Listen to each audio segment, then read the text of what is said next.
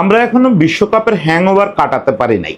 নানাভাবে বিশ্বকাপ নিয়ে চুলচেরা বিশ্লেষণ চলতেছে, নানা রকম আলোচনা চলতেছে, কনস্পিরেসি থিওরি খুঁজতেছি আমরা, কেন হারলাম কেন জিতলাম এ নিয়ে অনেক বিশ্লেষণ চলতেছে। আবার নায়করা কেউ চলে যাচ্ছে, তাকে বিদায় জানাচ্ছি, অনেক কিছু হচ্ছে। এর মধ্যে আরেকটা জিনিস হচ্ছে, সব দলের সমর্থকরা তাদের দলের ভবিষ্যৎ নিয়ে ভাবনায় বসে গেছেন। স্পেনের সমর্থকরা ভাবতেছেন আমরা এই শক্তি দিয়ে আবার বিশ্বকাপ ধরে রাখতে পারবো তো। ব্রাজিল ভাবতেছে যে আমাদের যে তারুণ্য উঠে আসতেছে, কার্লো আনচেলত্তির হাত ধরে তারা আমাদের অবশেষে সেই হেক্সার পথে নিয়ে যাবে তো। ইতালি, জার্মানি তাদের বিপর্যয় কাটায় উঠতে চায়, প্রত্যেকে স্বপ্ন দেখে। ফ্রান্স তাদের ডমিনেশনটা আরেকটা ওয়ার্ল্ড কাপে অনুবাদ করতে চায়। নানা রকম স্বপ্ন পরিকল্পনা এগুলো চলতেছে। এর মধ্যে একটা বৈশ্বিক প্রশ্ন আছে সবার, দলমত নির্বিশেষে সবার, সেটা হচ্ছে মেসি কি করবে, হোয়াট নেক্সট। মেসির এখন কি হবে? মেসি কি অবসর নিয়ে ফেলবে দু একদিনের মধ্যে? মেসি কি একটা বিদায়ী ম্যাচ খেলে একেবারেই ইন্টারন্যাশনাল ফুটবল থেকে দূরে চলে যাবে?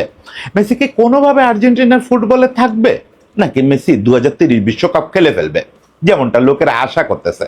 এই 42-43 বছর বয়সে আবার বিশ্বকাপ খেলতে নামবে, দুর্দান্ত ফর্মে আছে, তাহলে কেন না? এইসব প্রশ্নের উত্তর অনেকেই খোঁজেন, অনেকে ইভেন আমাকেও দু একজন ইনবক্স করেন। ভাই আসলে পৃথিবীর কেউ জানে না যে এই মুহূর্তে মেসির মাথায় কি চলতেছে, মেসি কি করবে। এটা মোটামুটি জানা যায় যে আরো কয়েক মাস সে দলের সঙ্গে আছে, আরো কয়েক মাস দলের সঙ্গে খেলবে, তারপরে কি হবে কেউ জানে না। এই প্রশ্নের উত্তর আমিও খুঁজতেছিলাম, নানাভাবে অনুমান করার চেষ্টা করতেছিলাম এর কথা ওর কথায়। হঠাৎ করে টিম বেকারের একটা শব্দে আমি বুঝে ফেলছি যে মেসি থাকতেছে, এবং সেটা কিভাবে থাকতেছে। বিবিসির দক্ষিণ আমেরিকা প্রতিনিধি, রিওতে থাকেন ব্রিটিশ মানুষ টিম বেকারি, অত্যন্ত পণ্ডিত মানুষ, অত্যন্ত পণ্ডিত মানুষ।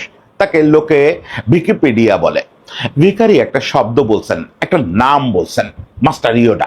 উনি বলছেন যে মেসি থাকবে, মেসি মাস্টার ইয়োডা হয়ে থাকবে। এই জিনিসটা বুঝতে পারলে যারা সেই স্টার ওয়ার্স সিরিজ দেখছেন, আমাদের প্রজন্মের যারা, তারা মাস্টার ইয়োডাকে চেনেন। তারা জানেন যে কিভাবে জ্ঞানের মধ্যে দিয়ে, প্রজ্ঞার মধ্যে দিয়ে শারীরিকভাবে না থেকেও থাকা যায়। সেই জিনিসটা আসলে হয়তো মেসির ক্ষেত্রে হবে। সেটা টিম ভিকারি একেবারে পরিষ্কার করে বলছেন যে মেসি আসলে কিভাবে আর্জেন্টিনা দলের সঙ্গে থাকবে, তার রোলটা কি হবে, সেইটা নিয়ে আমরা আলোচনা করব আজকে। একটু দেখি তাহলে মেসির ভবিষ্যৎ কি হতে যাচ্ছে।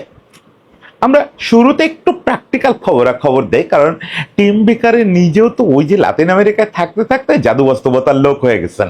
ওই দারুণ মেটাফোর ছাড়া কথা বলতে পারেন না, দারুণ দারুণ উপমা ছাড়া। একদম শেক্সপিয়ার থেকে শুরু করে স্টার ওয়ার্স, দিন দুনিয়ার সমস্ত সাহিত্য আর লাতিন সাহিত্য তো গুলে খাইছেন। একই সঙ্গে লাতিন ইতিহাস, দর্শন চর্চা, এই লোক বিরাট পণ্ডিত মানুষ। ফলে ওনার ব্যাপারে যাওয়ার আগে আমরা একটু প্র্যাকটিক্যাল কথা বলে নেই যে আসলে মেসির কি অবস্থা। মেসি এখন রোজারিওতে, যদিও দলের সঙ্গে আর্জেন্টিনায় ফেরে নাই, দুদিন পরে ফিরছে।